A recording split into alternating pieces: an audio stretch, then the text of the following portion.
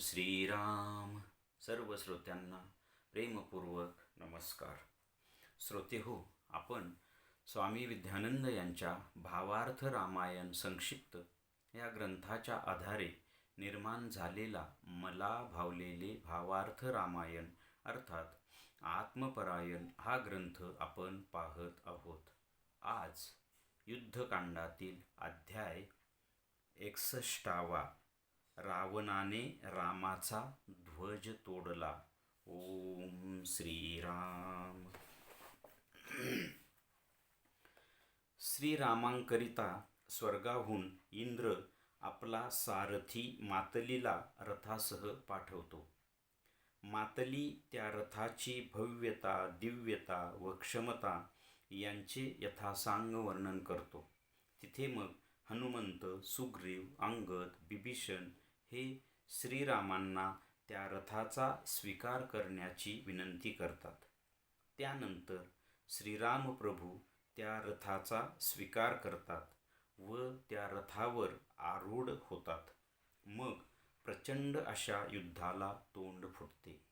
भयंकर अशा शस्त्रास्त्रांचा वापर होतो.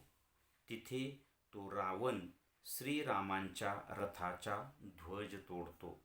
तेव्हा श्रीराम रथातून खाली उतरतात.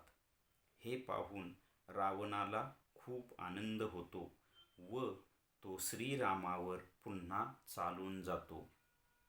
तेव्हा मग श्रीराम गर्जना करून उठतात व रावणावर तुटून पडतात व रावणाची शस्त्रे अस्त्रे काहीच शिल्लक ठेवत नाहीत. आणि आता शेवटी रावण पूर्णपणे थकला आहे व त्याला आता मोक्षप्राप्ती द्यावी म्हणून मग श्रीराम प्रभू निर्णायक असा परीघरूप तपबाण रावणावर सोडतात व रावणाची एकामागून एक अशी 10ही शिरे तोडतात. एक तुटले की दुसरे हजर होत असे. अशी 10ही मुखे रावणाची तुटतात व हे होत असताना रावण मुक्त मनाने आपल्या दुष्कृत्यांचा पाढा वाचत होता. 10ही मुखांना मुक्ती मिळाली व त्याचे शरीर खाली जमिनीवर कोसळले. श्रीरामांनी रावणावर जे परीघ नावाचे अस्त्र सोडले होते ते अतिशय संहारक व दाहक होते. परंतु रावणाने ते रामदृष्टीने पाहिल्यामुळे तेच परीघ अस्त्र शांत व तारक ठरले. आता आपण साधकाच्या दृष्टीने पाहू. साधकाच्या अंतरंगातील युद्धभूमीवर आता त्या आत्मस्वरूप सद्गुरूंना म्हणजेच श्रीरामांना त्या देवशक्तींकडून म्हणजेच इंद्राकडून प्रवाहित शक्तीची म्हणजेच रथाची प्राप्ती होते. मग त्या युद्धभूमीवर विनाशकारी युद्धाला सुरुवात होते. तो अशुद्ध अहंकार त्या आत्मस्वरूप सद्गुरूवर आपल्या वामशक्तींचा प्रचंड आघात करतो. तेव्हा ते आत्मस्वरूप सद्गुरू त्या अशुद्ध अहंकाराच्या सर्व वामशक्तींचा विनाश करतात. शेवटी मग ते आत्मस्वरूप सद्गुरू आपल्या तपपूर्ण साधनेच्या दिव्य अशा कृपाकटाक्षाने म्हणजेच परीघस्त्राने त्या अशुद्ध अहंकाराचा विनाश करतात. त्या अशुद्ध अहंकाराच्या अशुद्ध असलेल्या 10ही मुखांचे म्हणजे देहाची असलेली दशद्वारे जसे मुख, 2 डोळे, 2 कान, 2 नाक, गुदद्वार, लिंग ही 9 द्वारे व दशमद्वार म्हणजे भ्रूमध्य अशा प्रकारे या 10ही मुखांचे पूर्ण शुद्धीकरण करून त्या अशुद्ध अहंकाराचे शुद्ध अहंकारात परिवर्तन करतात. म्हणजेच त्या अशुद्ध अहंकाराला म्हणजेच रावणाला सायुज्य मुक्ती प्रदान करतात. व हेच त्या आत्मस्वरूप सद्गुरूंचे दिव्य असे लाघव आहे.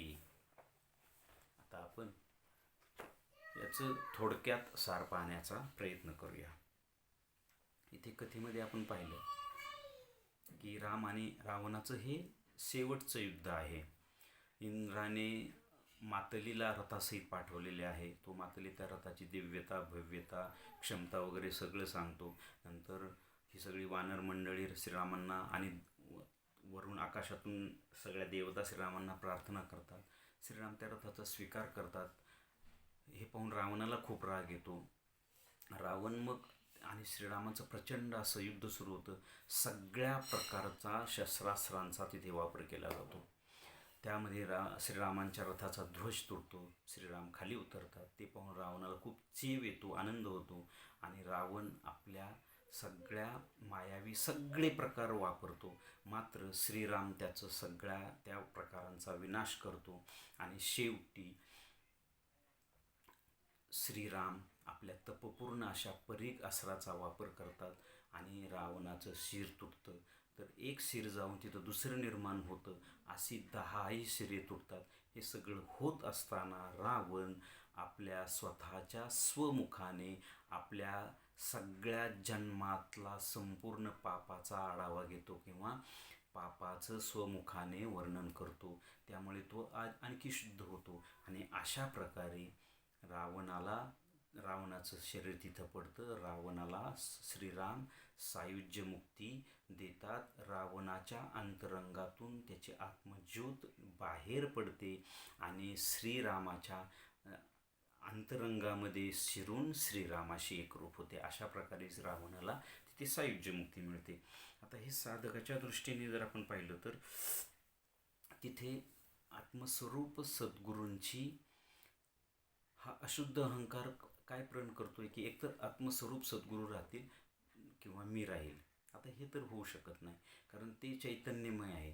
तिथे हा अशुद्ध अहंकार याच्या पापमयतेने किंवा वामशक्तीमयतेने किती काळ टिकणार आहे. परंतु ही त्याची रूपांतरणाची, परिवर्तनाची, सायुज्य मुक्ती मिळण्याची किंवा संपूर्ण शुद्धीकरणाची ही शेवटची अवस्था आहे.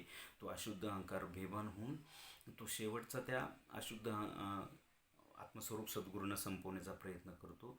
परंतु आत्मस्वरूप सद्गुरू त्याला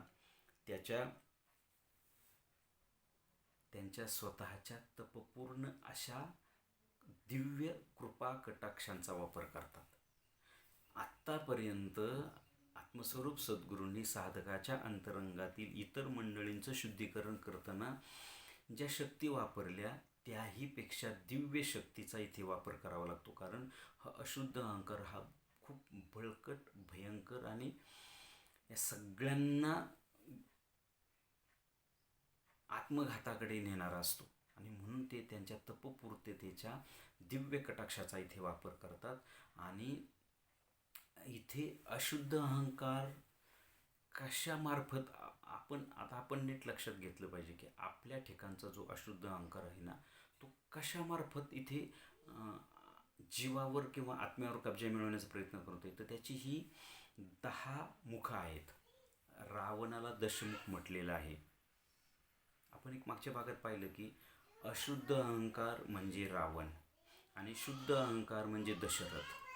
दशरथ म्हणजे दशमुख, दशमुख म्हणजे रावण. दशरथाचं नाव दशरथ आहे आणि रावणाचं नाव दशमुख आहे. म्हणजे साधकाच्या दृष्टीने जर पाहिलं तर ही दशमुख ज्याची वाम आहेत, वाईट आहेत, पापात्मक आहेत, अहंकारात्मक आहेत, तो रावण. आणि ज्याची दशमुख शुद्ध आहेत, चैतन्यमय आहे, ईश्वराची शक्ती करतात, ईश्वराची भक्ती करतात, साधना करतात, तो दशरथ आहे. आणि ज्याची दशमुख शुद्ध झालेली आहेत तो दशरथ तिथे आत्मप्रगट होतो, तिथे श्रीराम जन्म घेतो. ज्याची दशमुख अशुद्ध आहे तो रावण, तो आत्मघाती आहे, रामापासून दूर आहे, रामाचा विरोधक आहे, आत्म्याचा विरोधक आहे. इथे आत्मस्वरूप सद्गुरू ह्या रावणाचं रूपांतरण करून दशरथात करतात. ते कसं तर त्यांच्या तपमयते अशा कृपा कटाक्षाने म्हणजेच सद्गुरूंच्या पूर्ण कृपेने साधक शुद्ध होतो. तो कसा, तर ही मूळ दशमुख ही आपली अशुद्ध असतात. ही दशमुख कुठली, तर 2 डोळे, 2 नाकपुड्या, 2 कान, मुख, गुदद्वार, लिंग आणि दशवद्वार हे हे भ्रूमध्य आहे. यापैकी ही जी नवमुख आहेत ना, ही सतत आपल्याला अशुद्ध करत राहतात. म्हणजे कशी, पहा, मुखाने ईश्वराची भक्ती, नामस्मरण, गुणगान स्मरण करावं. मुख काय करतं, निंदा, नालस्ती वगैरे वगैरे. जिभेने चांगलं स्वीकारायचं, अन्न वाईट, जिभेने चांगलं बोलायचं, आपण वाईट बोलतो. म्हणजेच मुख हे आपल्याला सतत अशुद्ध करतं आणि तेच मुख शुद्धही पण करू शकतं. म्हणजे नामस्मरण करणे, चांगलं बोलणे, अध्यात्माविषयी चर्चा करणे, सत्संग करणे वगैरे वगैरे. नाक, गंध हा चांगल्याचा घ्यायचा. आता त्यावर मी खोलात नाही शिरत. तुम्ही कशा, म्हणजे आजच्या काळात तर ड्रग्स वगैरे याचं नाकाने सेवन केलं जातं. बस एवढ्यात तुम्हाला समजेल. डोळे, काय पाहायचं, चांगलं पाहायचं की वाईट पाहायचं, ईश्वराची मूर्ती पाहायची, आध्यात्मिक ग्रंथ वाचायचे, काय समजलं. कान, काय ऐकायचं, ईश्वराचं नाम संकीर्तन ऐकायचं की निंदा नालस्ती ऐकायची, समजलं. आपण पुढे. लिंग, गुदद्वार, ही तर यांना तर अध्यात्मात नरकच म्हटलेलं आहे. पण त्याचाही विनियोग कसा करावा हे साधकाला समजतं. ह्याद्वारे साधकाचा अशुद्ध अहंकार यांच्याद्वारे साधकाला अखंडपणे अशुद्ध करत राहतो आणि तो स्वतः अशुद्ध होत राहतो. मात्र जर साधकाची पूर्वपुण्य असेल तर त्याच्या जीवनामध्ये आत्मसाक्षात्कारी सद्गुरू येतात. मग ते सद्गुरू त्याला गुरुप्रणित साधना देतात आणि मग तो साधक ती गुरुप्रणित साधना करायला सुरुवात करतो. ती साधना करत असताना साधनेतले मग सगळे प्रकार आपण अवलंबू शकतो. म्हणजे पहा, पूजा अर्चा, हाताने पूजा अर्चा करणे, पायाने तीर्थयात्रा करणे, सद्गुरूंकडे जाणे, संतांकडे जाणे, सत्संग करणे बाह्यांगाने, अंतरंगातून मग नामस्मरण करणे, जप करणे, अनुसंधान करणे, तपश्चर्या करणे आणि विशेष महत्त्वाची साधना म्हणजे ध्यान करणे. ध्यान करत असताना आपण ध्यान भ्रूमध्यात करायचं. या दशवेदारावर ध्यान करायचं असतं. नवद्वाराने ध्यान करण्यात काहीच मतलब नाही, करू शकत नाही. ध्यान हे दशमद्वार म्हणून सद्गुरूंनी जी ती साधनं दिलेली असते ना आपल्याला गुरुपणे, त्यामध्ये ध्यान ही महत्त्वाची साधन आहे. आणि ते ध्यान आपण भ्रूमध्यात म्हणजे डोळे झाकून घेऊन आपण भ्रूमध्यात आपलं संपूर्ण मन एकाग्र करायचं असतं. हे दशमद्वार खोलायचं असतं. हे दशमद्वार म्हणजे सद्गुरूंचं स्थान आहे.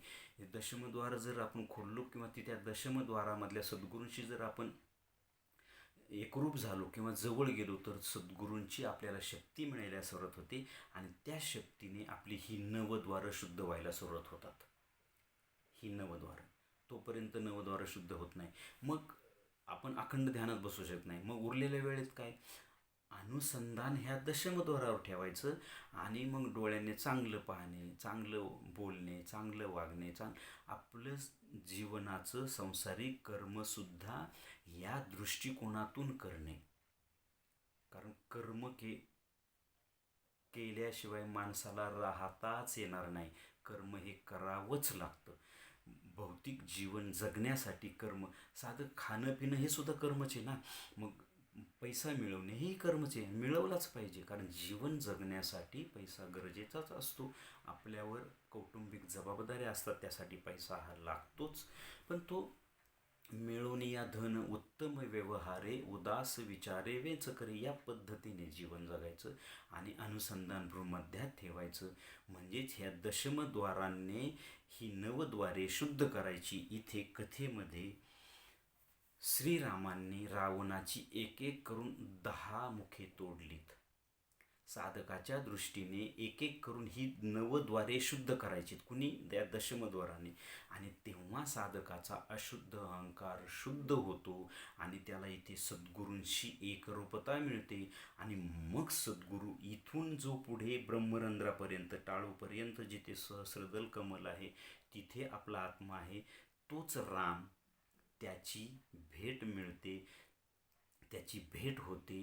ही नवद्वारं शुद्ध झाली, दशमद्वार ओपन झालं, दशमद्वारातील सद्गुरू कृपा करतात आणि त्या साधकाच्या जीवाला, साधकाच्या अहंकाराला आत्म्याशी एकरूप करतात, म्हणजेच श्रीरामाशी एकरूप करतात. कथेमध्ये रावण जेव्हा दशमुख त्याची तुटतात तेव्हा रावणाच्या अंतरंगातील निघाली त्याची जीवात्म्याची ज्योत ही श्रीरामांच्या हृदयात शिरते. श्रीराम म्हणजेच आत्मा, म्हणजेच सहस्रदल कमलातील आत्मा, आणि त्या जीवाची ज्योत किंवा जीवाचा अहंकार, जीवाचं जीवपण त्या आत्म्याशी सद्गुरू, आत्मस्वरूप सद्गुरू इथे आहेत भ्रूमध्यात, ते सद्गुरू त्याला आत्म्याशी एकरूप करतात. या दृष्टीने कथेतील रावणाला सायुज्यमुक्ती मिळते. साधकाच्या दृष्टीने साधकाच्या जीवाला, साधकाचा अशुद्ध असलेला अहंकार शुद्ध होतो, म्हणजेच तो दशरथ होतो, म्हणजेच त्याची 10 द्वारे शुद्ध होतात आणि तिथे राम प्रगटतो, तिथे राम जन्म घेतो, म्हणजेच साधकाला आत्मा मिळतो, साधकाला आत्मसाक्षात्कार होतो. हेच या अध्यायाचं सार असावं असं मला वाटतं. श्रीरामार्पणमस्तु. हरि ओम तत्सत. ब्रह्मार्पणमस्तु.